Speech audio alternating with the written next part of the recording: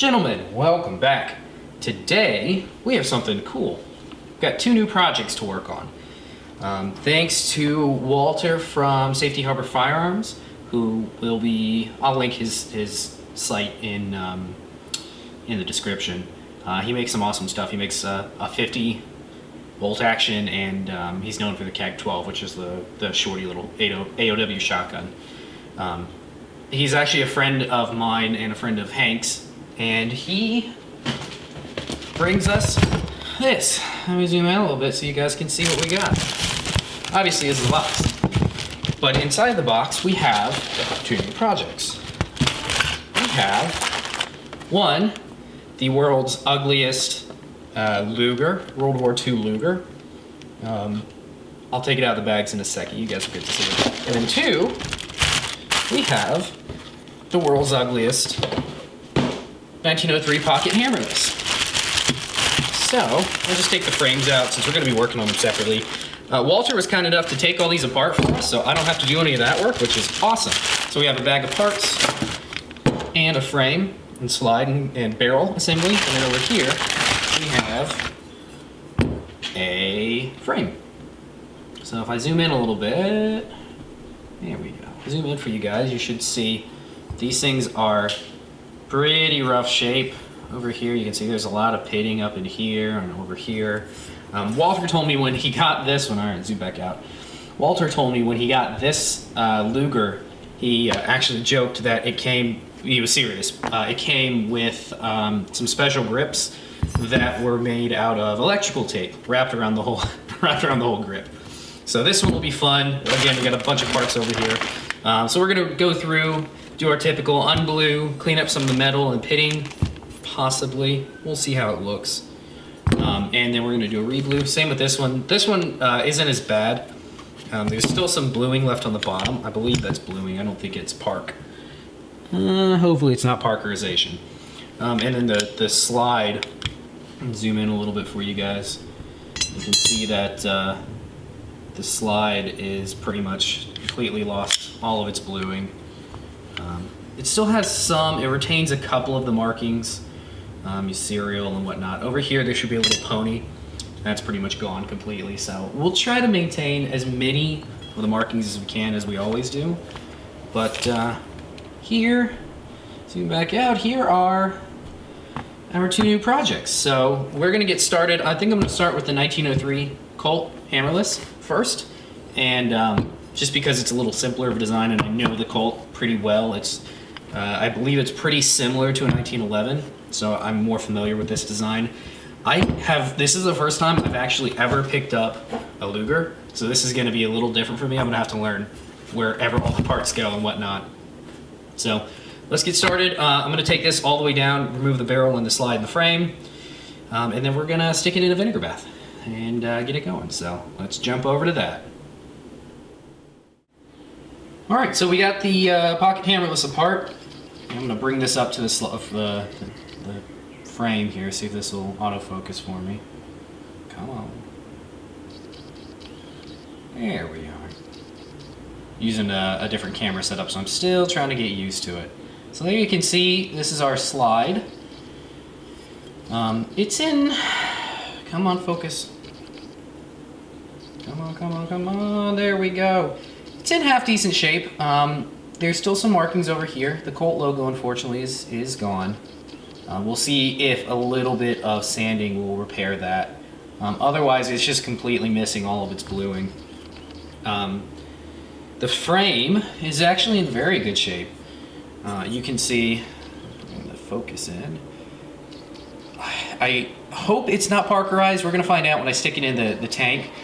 So we're gonna acid bath them to remove any of the remaining bluing, but I'm hoping that this isn't a parked finish, because I know some of the military models got a parkerization finish and some of the civilian models got a blued finish.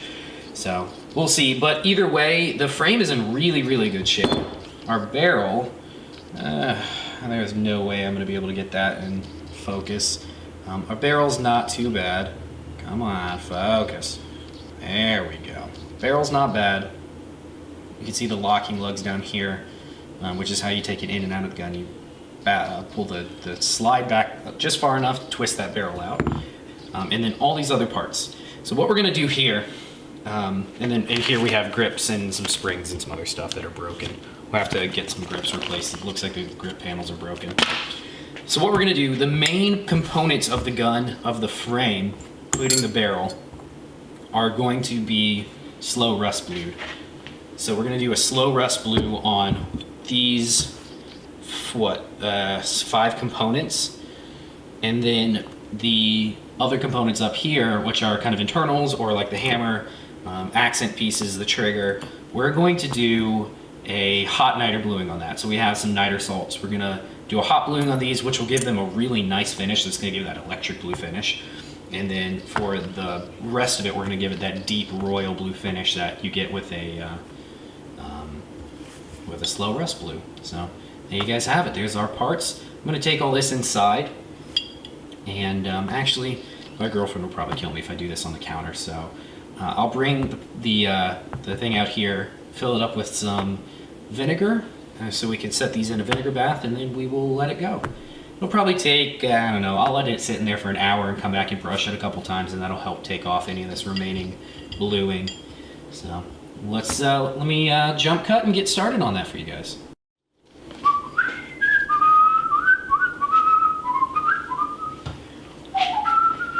Alright, let's chemical bath this bitch. Alright, so you can see these are what I've been using. These are just like the little bread pans that you get from Walmart for like 6 of them for the smoke. They're super cheap. Pick them up. Don't use your girlfriend's good stuff or your wife's good stuff. They'll murder you. Oops. The other thing, white vinegar. That's not in focus and it's way too close to the camera, but I don't really care. I'll dump a bunch of this shit in that other shit. Come on. There we go. Make sure everything's submerged. You're not. Why are you not? Ooh. These are greasy. All these parts are really greasy, so we'll see how this vinegar does. If it can't cut the bluing out, then we may have to put them in acetone to remove some of the grease first. Looks like it's actually doing pretty well. Now, get one of these. I got these at the dollar store, these little brushes. This is a stainless steel one, and I think it comes in a kit of like 3. Let it soak for a little bit, and then rub at it with the stainless steel brush, and the bluing should come right off. The oil and grease that's on it might be a little bit of a hindrance, so if yours is like gopped with grease, that's a new word, put it in acetone first. The acetone will get rid of every speck of grease on this thing, and then stick it in the bath, in the vinegar bath, and you'll remove all the rust, or all the bluing, which is rust. So jump cut and see what it looks like once we're done. All right, so the grease was keeping it from removing the bluing perfectly. So what we're gonna do is take a bit of acetone, drop it in there, let it sit. It will remove every bit of grease from this gun part, leaving it nice and shiny and rusty, and it'll leave the bluing on it. It'll just remove all that crap that's growing in it, all the grease and junk. Careful with this stuff. Use this outside. It stinks to high heaven. You can get high as a kite on it, which is not a good high. And it will take the paint right off of anything. So if you've never worked with acetone before, be careful with it. Don't get it on your good belongings. Now we'll let this roll around in there for a little bit. This should take most of that grease and oil off, and then we're gonna dump it back in the other pot. So we'll do this to all the pieces and then move forward with removing all the oil, or removing all the bluing rather. All right guys, so here's what we have. These are our bin of parts that we're gonna be bluing. These have gone from 220 grit to 400 grit to 600 grit sandpaper. And what I did was I bought a length of oak from Home Depot, and I made a couple little squares with some nice 90-degree flat edges.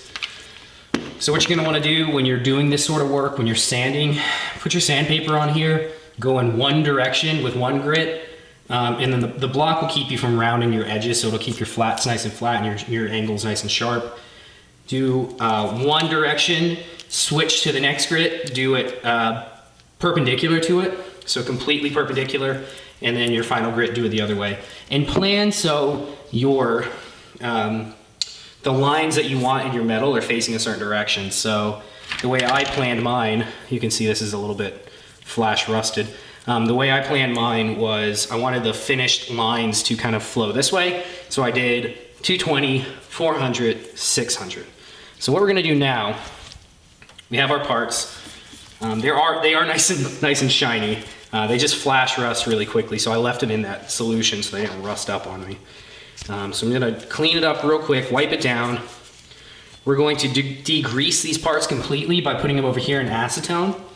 Then we're gonna hang them, and we're gonna put them in the hot box, which, if I haven't shown you guys that already, you'll see it in a second, what I've created, the monster that I've created over there. So I'll go ahead and dry that up a little bit. It stinks like salt and vinegar chips. And there we go.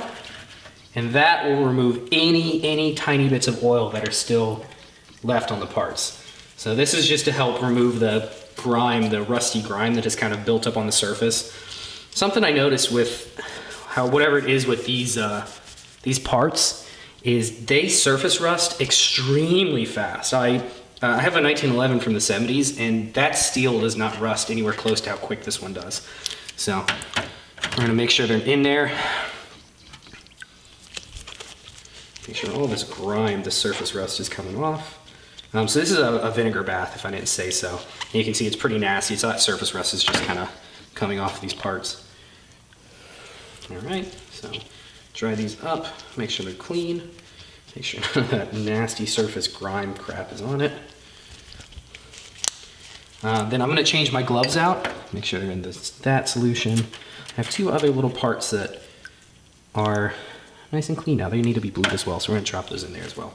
So what I'm gonna do, I'm gonna change my gloves out because I don't want nasty gloves. Then we are going to hang these parts, get some solution, and rub some solution on them and put them in the wet box, and hopefully they will rust for about 20 minutes.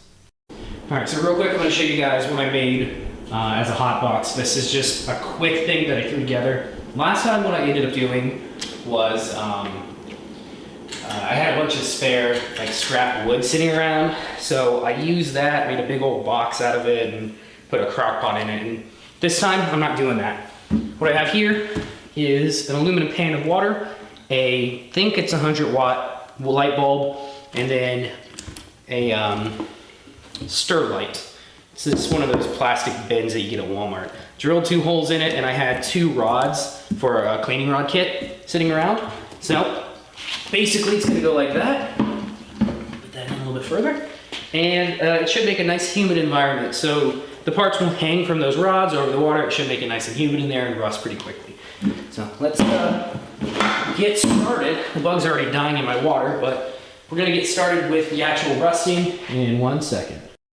All right, all of our parts are out of the nasty bath, so what we're gonna do, I'm gonna take these, pull them out of here. They should dry pretty quickly in the regular air. Whew, acetone hit you in the nose hard. Yeah, let them dry real quick, and then I'll show you the process. Put that there. So this is the solution we're using. It's a barrel brown and degreaser from Laurel Mountain. I've used it before and had pretty good results with it. So take your little container. Don't pour out of here, or you don't want to contaminate this stuff. So pour it into a separate little container and go from there. So we'll go a little bit in there. A little bit goes a long way.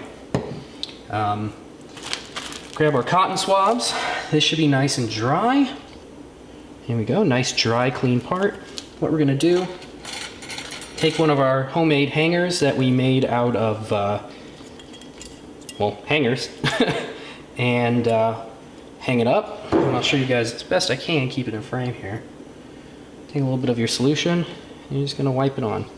And you'll notice it'll start rusting pretty quick, so make sure you get all the little crevices, and you wanna do nice, even strokes like this. So hopefully you guys can see that. Nice, even, straight lines. Any runs that you put or any weird spots you make will show up in the finish. So, like this, nice, even, all the way around. Make sure you get all the parts, everything that you want blued. There's a little bit of wiggle room here as you do this, so it's not going to be perfect. You can see I'm going to be holding it, which is not the most ideal situation, but I do it like this. So I can get up in here. You can see it's already, I don't know if you guys can see it from there, but it's already starting to turn a little bluish brown. That's the rust starting to develop. So like that, all up in here. Best you can up in these little parts. These are kind of hard to get to on your first pass. You can see it's already starting to rust there at the front. So we're gonna put our finger in the barrel hole. See if we can do it without messing anything up. And get all down in here, on the rails. Like that. And that should be it. Grab one of our hooks, hook it up, and then we're gonna take this over to our hot tank and set it up to rust. Should take about an hour. We'll rust it for the first one for about an hour. So I'm gonna do that to all the other parts, and we'll jump cut. All right, the first boiling is done, and here you can see this is what our part looks like. It's a little rusty on the inside. We'll have to take care of that, but you can see all this black soot coming off. That's what we're going to card off using our carding brush. So we have it attached to our drill press, and basically you just run it through the carding brush, and it's going to take all that black soot off and leave the finish a little bit shiny. Like that, you see? Nice and shiny. So we're going to card all of this black soot from all sides of the gun. And you see a spot there where we missed. We'll have to make sure we pick that up on the next pass. You don't really have to be gentle at this process. You want all of the soot to come off before you put on another. And you can see it's already starting to take the color pretty nicely.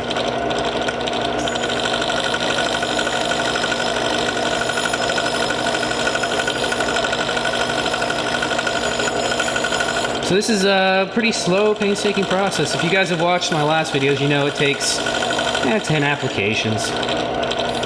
So what we do is we rust it with the solution, then we card it, or boil it rather, and then we card it, and then we do the process over and over and over about 10 times. So you can already see it starting to take on a nice dark color. This steel is really good for this. Again, I don't know what type of steel they used back then, but man, does it blue nicely.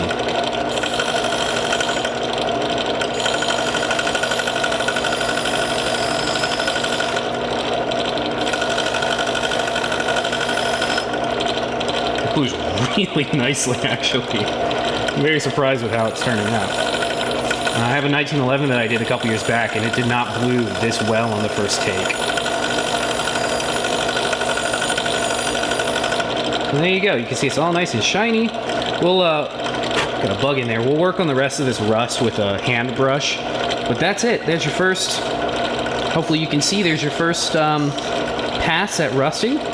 We will do card all the other parts. So we have the receiver and all the other little parts that we're going to card. Once we are done there, we'll rust them again. I'm not going to show you guys all that. You probably want to see all of it.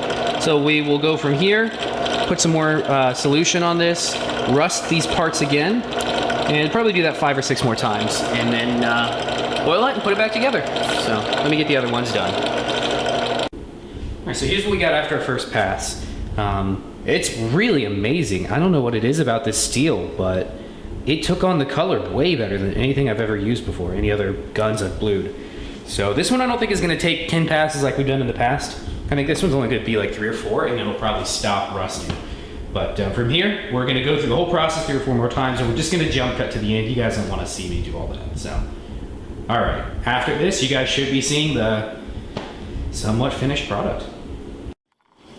All right, I'm going to show you guys how the next rusting works. We're not actually rusting it. We're going to be hot bluing this time. So all these pieces have been brushed off. We've gotten rid of all of the rust that was on them. So we're going to take them, hook them up to some wire, and then we're going to throw them in a soup that we have made. So they're sitting in Whew, you can't hardly see it. They're sitting in acetone so they didn't rust, so you want to make sure that acetone dries off before you stick them in here, otherwise it's going to flash. So you take your part, put it on in. You'll see it, the salt kind of solidifies on it, but not a big deal. So let it come up to temperature. You'll see that it'll, there we go, let it get down in there. So we're gonna let that sit in there. Come on, zoom in, there you go. We're gonna let it sit in there for probably 2 or 3 minutes. And then we take it over here, we dump it in some water. And then we are going to put it in oil quench. So this is one of the parts I've already done. You can see it afterwards. Before they're a nice bright silver, well, sort of rusty decayed silver. Afterwards you get a nice dark finish out of it. The stuff that we're using is stump killer. So that over there is some stump killer. Ooh, that's horrible. Now you can see. That's stump killer. So once all the pieces are done, I will show you guys what they look like. All right, here you go. This is what we have. So all the parts have been oiled. Make sure they're all in focus. So they've all been hot glued and oiled, and you can see they have a nice blue sheen to them. The lighting in here is a little bit rough, but they look nice and dark, where before they were very silvery. So you can see that one has a good color. Ooh, there it is. You can see that one has a nice color, and they all have about that color. Some of the pieces are a little rougher than others from the rust, but overall, they look good. So once the receiver and the larger parts are done rust gluing, we're going to put this back together and see if it shoots. Alrighty, so here's what we got. These parts are all finished. I'm going to start assembling it. All the little parts, as you guys saw, were done in the Niter bluing, and then these parts were done in a rust blue. So this is a little bit darker and deeper. This is more of just a kind of a surface finish to make it more protected, obviously. The rust bluing is a lot more stable, a lot tougher than a Niter blue finish. But we're gonna go through, piece all this back together. I'm gonna do it off camera because I don't want to try to stand here next to this camera and do this. So one quick thing. So the inside of this was still a little rusty, and I wanted to oil all of the innards. So I actually got a pack of these for free from Hank. Oops, sorry, just bumped you guys. They're Swabbits, gun tips, and they're reusable. You can like wash the little things. They're perfect. I wasn't sure I would find a use for them anytime soon, but they actually fit in here like perfectly to lube up all of the innards. So I did it on both top and bottom, and then up in here. Actually, I need to do a little bit here too. So like that. Get oil where there's any rust, and this is perfect. It actually worked really well. I was really surprised. So, all right. So I'm gonna take you guys off camera. We'll jump cut real quick, and it hopefully will be done. And we are back. Welcome back from the jump cut. This jump cut took me, 2 or 3 weeks to finish. There were a couple of small parts that we had to order to get this thing finished. Just some pins and some other things that were needed. But here you go. Here is our Colt 1903 Pocket Hammerless, completely redone, ready to go shoot. It's a neat little gun. I've taken it to the range once, and it shoots pretty well. This one does come with, so one of the things that the way these guns come, they don't have a magazine release on the side rather. They have a bottom release for the magazine. So you push down like that, push backwards, your magazine comes out. This is I believe it's a 7 or an 8 round 32 ACP magazine. So a neat little cartridge. And then it does have a lot of the safeties that you'd see in some of the more modern guns. So, because remember, this was made in 1905. It has a grip release, or a grip safety, sort of like a 1911, other than the fact that it actually pivots from the bottom rather than the top. It does have a safety, so you grip and shoot, nothing happens. You pull it off, and it goes boom. It does actually hold open, so like that. When you're ready to feed a new round in, you drop it out, hold the thing open. It doesn't do a last round hold open, but you can manually put it back like that. Stick a fresh magazine in, and drop it, and you're ready to shoot. The trigger's a little heavy. It's not, it's not an amazing trigger. So that's probably 6 pounds, maybe 7 pounds. It doesn't have a whole lot of take up. It is kind of like very similar to a 1911 in the design, where it has the trigger bow that goes all the way around the magazine, and it hits the sear in the back. So it's pretty similar to a 1911. But overall, it turned out pretty good. We kept a lot of with the re-blue, we kept a lot of our markings. The pony over here is somewhat able to be seen. The markings on the side here and the serial are in great shape. And on the other side, you can see it's similar. The markings actually aren't too bad. They turned out pretty good. These are nice and sharp. All of our angles are nice and sharp still. All of our angles in here, that sort of thing, all kept them nice and square, so they didn't round over. But overall, it turned out to be a very fun project, a nice little, neat little project to work on. I'm sure Walter will be happy getting this back in his hands. So stay tuned, guys. I'm sure we're going to have some more things coming up. If anybody has any ideas of what to work on, let me know. If you have a gun that you need that is horrible looking and you want to re-blued like this, let me know, because I can probably do it. Otherwise, stay tuned for some new things. We'll probably have something in the works to show you guys. I always have something hanging around to work on. So if anybody has any questions, leave them in the comments below, and I will do my best to answer them. I know I didn't cover everything perfectly, so if there's any questions on how you want to do this yourself, just let me know, and I'll get back to you. So, all right, thanks, guys.